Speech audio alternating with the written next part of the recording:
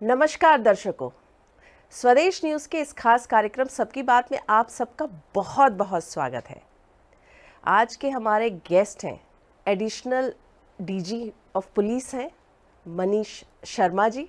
आप उनको आईपीएस के रूप में तो जानते होंगे, लेकिन बहुत अच्छी बात ये है और हमारे हिंदुस्तान के लिए हम कह सकते हैं गर्व की बात है कि वो फर्स्ट इंडियन नेशनल हैं जिनके नाम पर यूएस में कैलिफोर्निया में एक दिन है, पूरा एक दिन उनके नाम पे किया गया है। तो ये बहुत गौरव की बात है। उसके अलावा उन्होंने बहुत सारे काम किए हुए हैं। जनरली हम जब आईपीएस की बात करते हैं तो हम सोचते हैं कि उनकी फील्ड की पोस्टिंग होगी, वो अलग अलग विलेजेस या सिटीज़ में काम करते होंगे, लेकिन मनीष शर्मा जी ने दुनिया भर के देशों में उन्होंने काम किया हुआ है। लगभग 54 कंट्रीज से ज़्यादा में उन्होंने काम किया है। तो ऐसे बहुत सारे उनके साथ एक्सपीरियंसेस हैं। तो चलिए आज हम उनसे बात करेंगे। सर, आपका इस कार्यक्रम सबकी बात में बहुत बहुत स्वागत है। धन्यवाद मुक्ता जी, आपका भी और स्वदेश न्यूज़ के सभी दर्शकों का मैं अभिवादन करता हूँ। आपके नाम पे कैलिफोर्निया में एक दिन है, आप पहले ऐसे इंडियन हैं जिनके नाम से एक दिन सेलिब्रेट किया जाता है, और यूएस में पहला ऐसा कभी नहीं हुआ। और अभी रिसेंट में जो एक्टर अनुपम खेर हैं उनके नाम पे भी हुआ है। तो ये तो एक बहुत बड़ी उपलब्धि रही। इसके बारे में मैं चाहूँगी आप दर्शकों को बताएं। जी देखिए, जीवन में कुछ घटनाएं ऐसी होती हैं जो किसी भी दृष्टि से अपेक्षित नहीं होती हैं, और यदि वो इंसिडेंट्स, घटनाएं या हैपनिंग्स कुछ भी कह लें, यदि वो प्लेजेंट हैं तो अपेक्षित न होने के कारण उनकी खुशी बहुत बढ़ जाती है। तो जो आपने मेंशन किया, ये कुछ इसी प्रकार का एक वाक़या था। दरअसल हम अमेरिका में हायर फेलोशिप के लिए एक ऑफ़र हुई थी वहाँ से, तो उसके लिए गए हुए थे और वहाँ 2 साल से थोड़ा सा अधिक समय हमने गुजारा university of California San Diego में। और वहाँ उस समय के दौरान तो जो फेलोशिप थी, उसके अलावा जो समय मिलता था उसमें बहुत सी चीज़ों की शुरुआत वहाँ स्थानीय नागरिकों ने, स्थानीय गणमान्य लोगों ने, और जो पृष्ठभूमि हमारी रही है दुनिया भर में काम करने की, इसके मिश्रण से कुछ ऐसी शुरुआतें हुई जहाँ उन्होंने आमंत्रित जगह जगह किया, न केवल हिंदुस्तान के बारे में जानने के लिए, क्योंकि हिंदुस्तान की बहुत भ्रांतियाँ बाहर रही हैं भारत के बारे में। उनको लगता था कि भारत का चित्र ऐसा है, तो भारत के बारे में जानने में, या जो हमने बाकी काम किया है संयुक्त राष्ट्र संघ में हवाई सुरक्षा के लिए या अन्य दिशाओं में, तो उनके बारे में, या भारतीय इतिहास के, सभ्यता के, इन सब चीज़ों के बारे में जानने के लिए आमंत्रित करते थे। उद्बोधन वगैरह की भी जगह रहती थी। तो इसी कड़ी में एक संस्था है वहाँ पर, वर्ल्ड अफेयर्स काउंसिल कहलाती है, और ये वर्ल्ड अफेयर्स काउंसिल दुनिया की सबसे बड़ी स्वयंसेवी संस्था है जो कि नॉन प्रॉफिट है। और नॉन प्रॉफिट में ये करीब करीब अमेरिका की भी 400 शहरों में है, और इसका उद्देश्य है कि बुद्धिमान समाज के प्रमुख लोगों को सामने लाकर, और जो प्रमुख इशू हैं समाज में, चाहे वो राष्ट्रीय स्तर पे हों, अंतर्राष्ट्रीय स्तर पे या स्थानीय स्तर पर, उन पे चर्चाएं करना। तो इस संस्था ने भी आमंत्रित किया। धीरे धीरे जब उनके सदस्यों के साथ में बातचीत होती थी और वहाँ उद्बोधन होते थे, तो उन्होंने फिर अपने जो बोर्ड होता है, बोर्ड ऑफ डायरेक्टर्स, उसमें आमंत्रित किया ज्वाइन करने। उसमें कुछ नोबेल प्राइज़ विनर्स थे, कुछ एडमिरल्स थे, कुछ प्रोफेसर्स थे, रिटायर्ड एम्बेसडर्स, तो सभी बहुत ही समाज के वरिष्ठ लोग होते थे जी।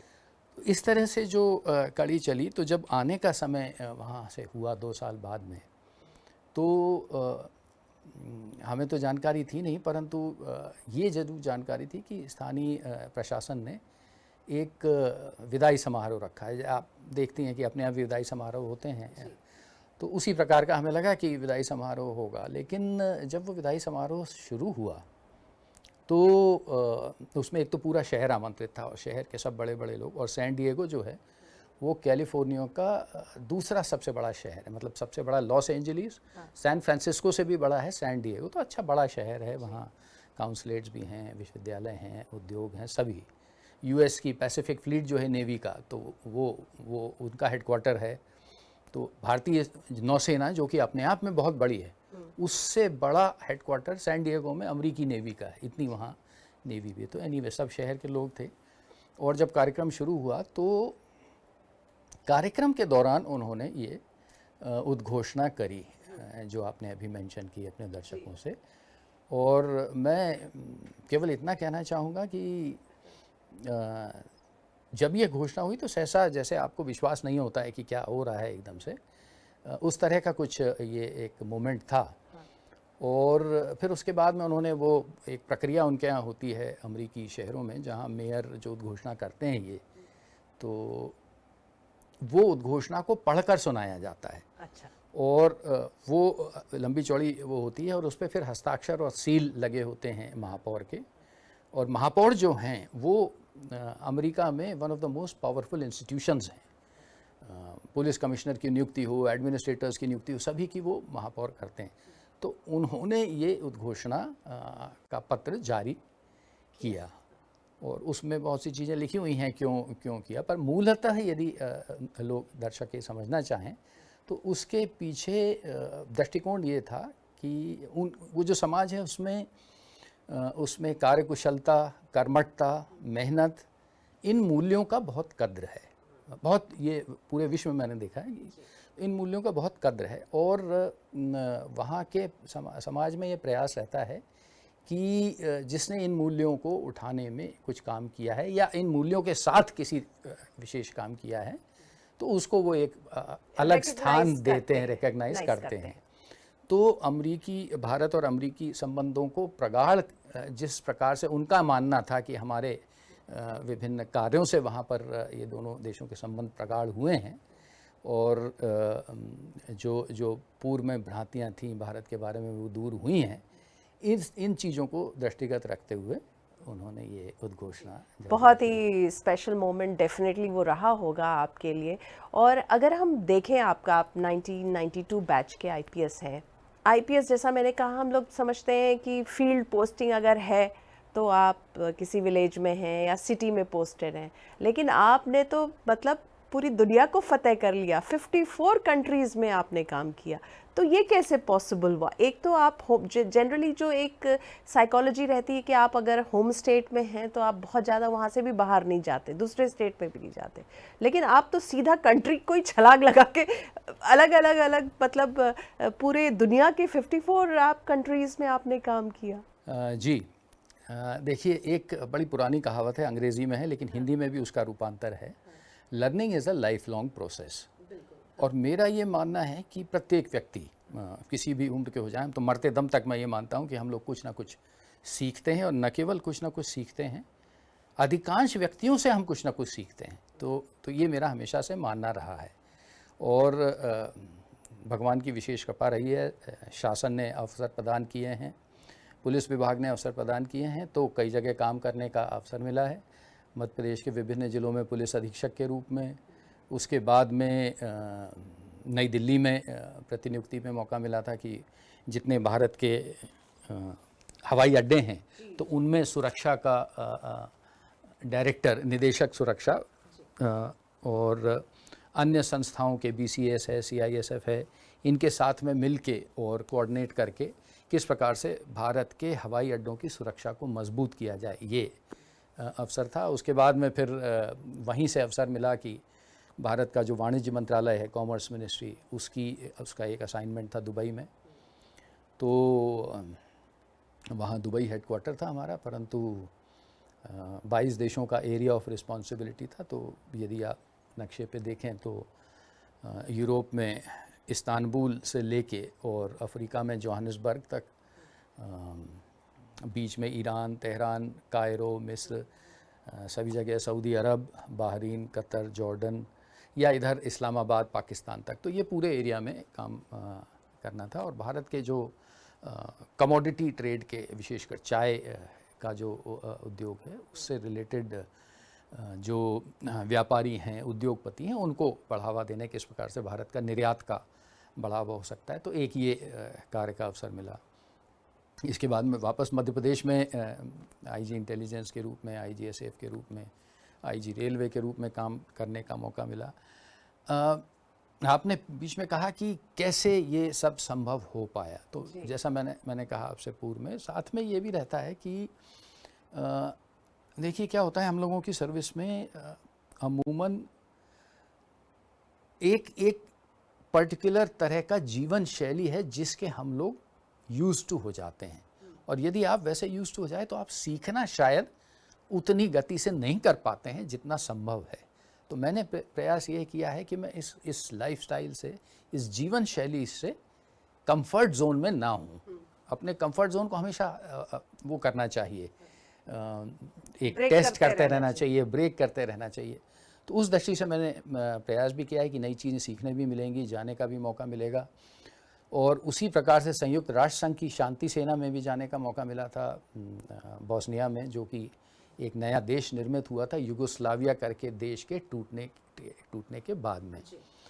तो ये सारे मौके मैं बार बार इसलिए भी कहता हूँ कि भगवान की कृपा से मिलते हैं, परंतु साथ ही जो शासन के अवसर हैं वो समय पे यदि आपको मिल जाएं, समय पे आप प्रतिनियुक्ति पर जा पाओ, बहुत सी चीज़ें इनमें जुड़ी हुई रहती हैं।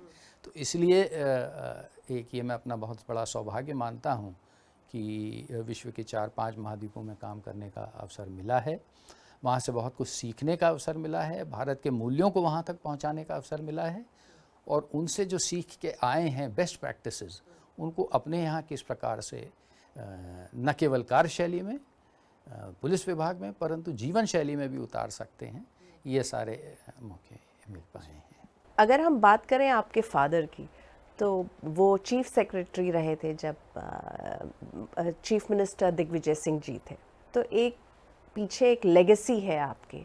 तो कितने आप इंस्पायर्ड रहे, कितने इन्फ्लुएंस्ड रहे उनसे? देखिए, ये एक तरह से बहुत आसान भी हो सकता है इसका जवाब, और एक तरह से बहुत कठिन भी। आसान इसलिए कि हम समझते हैं प्रत्येक व्यक्ति कहीं ना कहीं अपने पिता को एक रोल मॉडल के रूप में देखता है, तो वहाँ उस दृष्टि तक के आसान है। परंतु एक ऐसा रोल मॉडल जो कि पूरे प्रदेश के लिए रोल मॉडल रहे हैं, मैं कहना चाहूँगा। आज भी उनको मुख्य सचिव पद से सेवानिवृत्त हुए 20 से अधिक साल हो चुके हैं, 25 साल हो रहे हैं करीब, परंतु आज भी लोग वैसा ही याद करते हैं। बहुत से लोग हमें मिल जाते हैं जिन्होंने हमारे साथ भी काम किया है, उनके साथ भी किया है। तो उनकी जो कार्यशैली थी शासकीय भी, और उनका जो जीवन था निजी तौर पे, दोनों से ही बहुत प्रभावित हम रहे हैं शुरू से।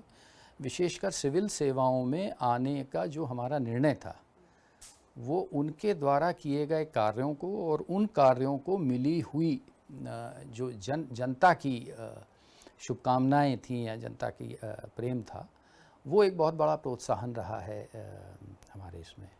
दूसरा जो ज़िंदगी भर हमने देखा शुरुआती तौर पे भी, कि उन्होंने कभी इस विषय पर फोर्स नहीं किया कि आप X, Y या Z ही करियर के रूप में चुनें। जब बात हुई और हमने अपना सिविल सेवा में बताया कि इंटरेस्ट है, तो उन्होंने रास्ता बताया किस प्रकार से मेहनत करनी चाहिए, किस प्रकार से सब चीज़ें करनी चाहिए, लेकिन कभी दबाव ये नहीं था कि आपको ये ही करना है। हमेशा स्वतंत्रता थी हर प्रकार से, करियर चुनने में भी, अन्य भी। और पिताजी की, माताजी की भी, आपने पिताजी की भी बात करी, हमारी माताजी का भी बहुत बड़ा योगदान सभी की माताओं का रहता है, पर मैं विशेषकर इसलिए भी कहना चाहता हूँ कि उनका भी योगदान सार्वजनिक रूप से भी रहा है। वो मानवाधिकार आयोग की अध्यक्ष रही हैं, सदस्य रही हैं मध्य प्रदेश मानवाधिकार आयोग की, और घर में भी रहा है, न केवल हम लोगों के लिए जो डायरेक्ट आपका घर रहता है न्यूक्लियर फैमिली, परंतु जो कज़न्स हैं या जो और उन लोगों के लिए बाहर से भी आके बहुत से लोग उनकी छत्र छाया में पले बड़े हैं। तो उन्होंने भी स्वतंत्रता पूरी दी। तो वो स्वतंत्रता मिलने से एक तो चूंकि चुनने में स्वतंत्रता थी, देखने में ये था कि भाई आप किस चीज़ से प्रभावित हो रहे हो, उसको कितना अपने जीवन में उतार सकते हो, जहाँ शंकाएं आती थी उनका समाधान आप घर के घर में कर सकते थे। तो मैं कहना चाहूँगा कि बहुत बड़ा उनका योगदान रहा है इन सारी चीज़ों में। आईएएस आईपीएस के बीच में हर वक्त जो है एक काइंड ऑफ कोल्ड वॉर रहता है। तो आपके फादर आईएएस, आप आईपीएस, हालांकि पिता पुत्र हैं तो कोई कोल्ड वॉर की तो सवाल ही नहीं, बट स्टिल क्योंकि टू डिफरेंट, जैसे सुनते हैं कि आईएएस आईपीएस का रहता है, तो ऐसा कभी कुछ? बहुत बहुत ज़ोरदार सवाल ये है, और ज़ोरदार इसलिए भी क्योंकि यहाँ पिता पुत्र की जोड़ी में भी अलग अलग सर्विस है, जो कि बहुत कम ऐसा रहता है। तो इसमें ये कहना चाहूँगा मैं कि देखिए, फॉर्चुनेटली घर में कभी भी ऐसी स्थिति नहीं आई जहाँ एक कहावत है अग्री टू डिसएग्री वाली, कि उसके आगे नहीं बढ़े, वहाँ तक के रहे। तो मत भिन्नता ज़रूर रहती थी, और कई कई प्रकार की चीज़ों पे, जैसे उनका अपना एक मत रहता है। जब भी घर में चर्चा हुई, विशेषकर जब वो सेवा में रहते थे, परंतु उसके बाद में भी, क्योंकि चर्चाएं अभी भी होती हैं, तो कि किस प्रकार से क्या होना चाहिए समाज में, प्रशासन कैसा करना चाहिए, पुलिस को कैसा करना चाहिए, तो इन मुद्दों पे जब चर्चा होती है तो मत भिन्नता ज़रूर रहती है। उनका अपना मत रहता है, हमारा अपना रहता है। और कई बार ये मत केवल शायद इसलिए भी रहता है कि वो आईएएस के अधिकारी रहे हैं और हम आईपीएस के हैं। आईपीएस है जी। तो जैसे पुलिस आयुक्त प्रणाली है, इस पे मैं समझता हूँ कि काफ़ी जगह शुरुआत में मतभेद रहते हैं। अब तो हमारे यहाँ अच्छे से आ गई है, परंतु ये इस तरह के कुछ वाक़ये हैं जहाँ मत भिन्नता थी, परंतु वो मत भिन्नता अग्री टू डिसएग्री के आगे नहीं बढ़ी। उस समय जो ब्यूरोक्रेसी थी उसकी फंक्शनिंग अलग थी। जाहिर तौर पे इतने साल बीत गए हैं, लेकिन अब जिस तरह से जो बात होती है कि ब्यूरोक्रेसी, बार बार कहते हैं ब्यूरोक्रेसी, में सबको ले रही हूँ इसमें, केवल आईएएस आईपीएस नहीं, ऑल दी, तो ये कहते हैं कि they all work hand in gloves with politicians. ऐसा अभी इन दिनों ऐसा देखा जाता है, सो दैट ब्यूरोक्रेसी के अपने जो कंफर्ट जोन हो वो बरकरार रहे, चाहे वो ट्रांसफ़र पोस्टिंग्स की बात हो या अच्छे पदों की बात हो, की पोस्टिंग की बात हो। तो आप इसको किस रूप में देखते हैं? मेरा पहलू इसमें बिल्कुल ही अलग है। आपका सवाल एकदम ज़ोरदार है, बहुत अच्छा सवाल है, विशेषकर समाज की सेवा की दृष्टि से। और इस सवाल का उत्तर मैं दो पहलुओं में देना चाहूँगा। पहला ये कि भारत एक लोकतांत्रिक देश है और मजबूत लोकतंत्र है, और राजनीतिज्ञों की एक बहुत ही महत्वपूर्ण भूमिका हमारे लोकतंत्र में है, चाहे वो समाज सेवा को लेके हो, चाहे अधिकारियों से संबंधों को लेके हो, चाहे भारत की प्रगति को लेके हो। और चूंकि लोकतंत्र में चुनाव सर्वोपरि होते हैं, और चुनाव के माध्यम से जो प्रतिनिधि हमारे सामने आते हैं वो फिर शासन का गवर्न करते हैं, तो लोकतंत्र की प्रक्रिया के तहत अधिकारियों को काम करना चाहिए, इसमें दो मत बिल्कुल नहीं हैं, ना होने चाहिए। मैं समझता हूँ किसी के भी, कुछ लोगों के ज़रूर होते हैं, पर किसी के भी इसमें नहीं होना चाहिए।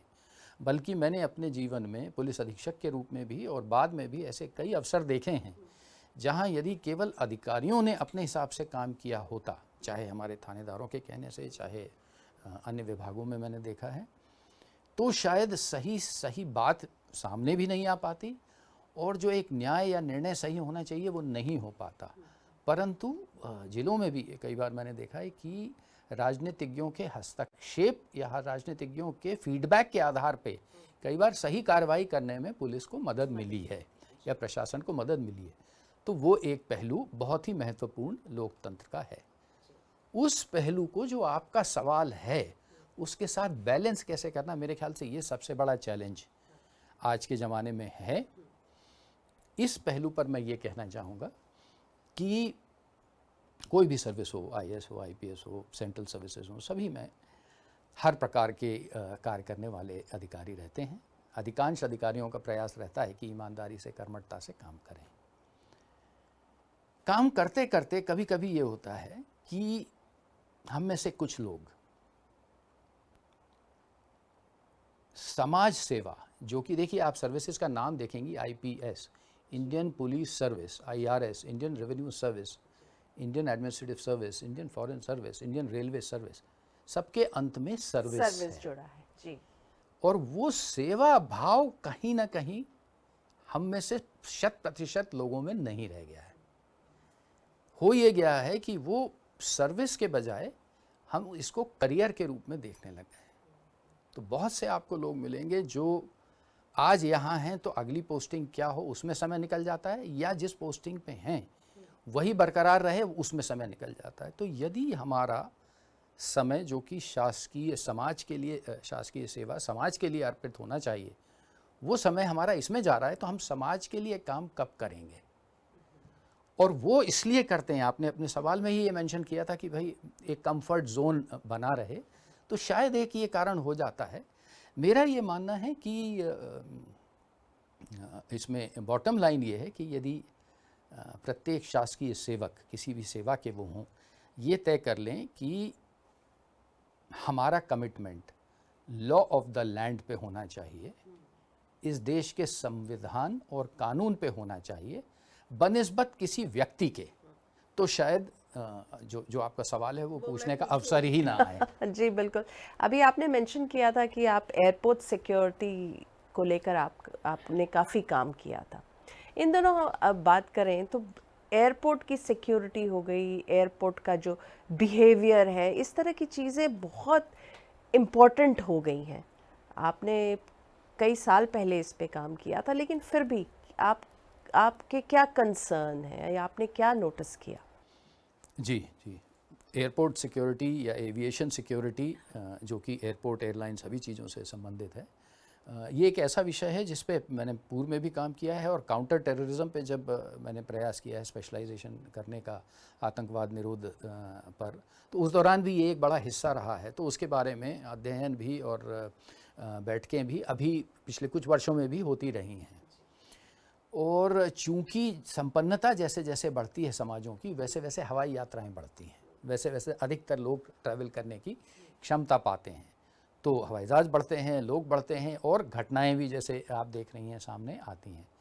इसके दो कारण जो समझ में आते हैं।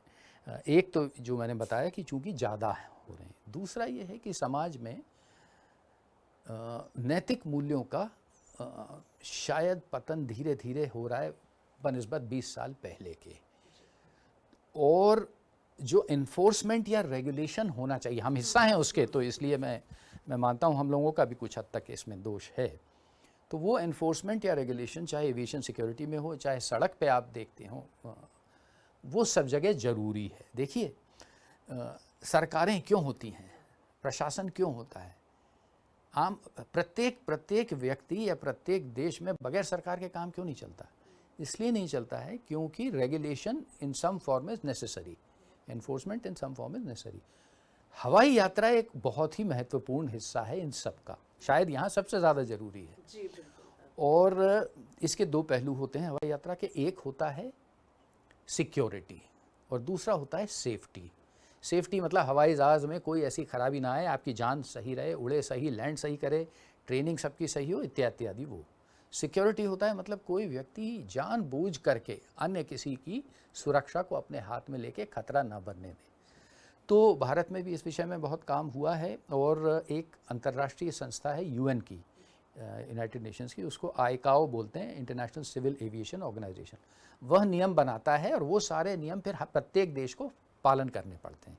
तो भारत ने उन सारे नियमों का पालन करते हुए, और जो आप CISF देखती हैं, तो जब हमने चार्ज लिया था उस ज़माने में 24 एयरपोर्ट्स पे CISF थी, और जब हमने 3.5-4 साल बाद में चार्ज हैंडओवर किया तो करीब 62 एयरपोर्ट पे CISF थी। तो करीब 30-35 एयरपोर्ट पे CISF उस दौरान लगी जिस समय हम डायरेक्टर सिक्योरिटी थे। तो इसको बहुत नज़दीकी से भी हमने देखा है, और हम ये अभी महसूस करते हैं कि जो ये पार्ट है एयरपोर्ट सिक्योरिटी का, उसमें तो काफ़ी हद तक के सुधार हुआ है और घटनाएं कम हुई हैं। आप जैसे देखती हैं अपहरण की भी घटनाएं कम हो रही हैं, बाकी भी कम। परंतु जो आपने बिहेवियर वाला एंगल लिया है, व्यवहार वाला एंगल लिया है, ये बढ़ रहा है, और इसमें शायद कहीं ना कहीं एयरलाइन सिक्योरिटी वाला जो भूमिका रहती है, वो शायद उनका प्रशिक्षण उतना नहीं हो पा रहा है, या चूंकि इतनी तेज़ी से ग्रोथ हो रही है, तो ये एक बहुत महत्वपूर्ण कारण एक चैलेंजिंग है। टॉपिक है। तो जैसा कि आपके इतने एक्लॉर्ड्स हैं, इतने सारे आपको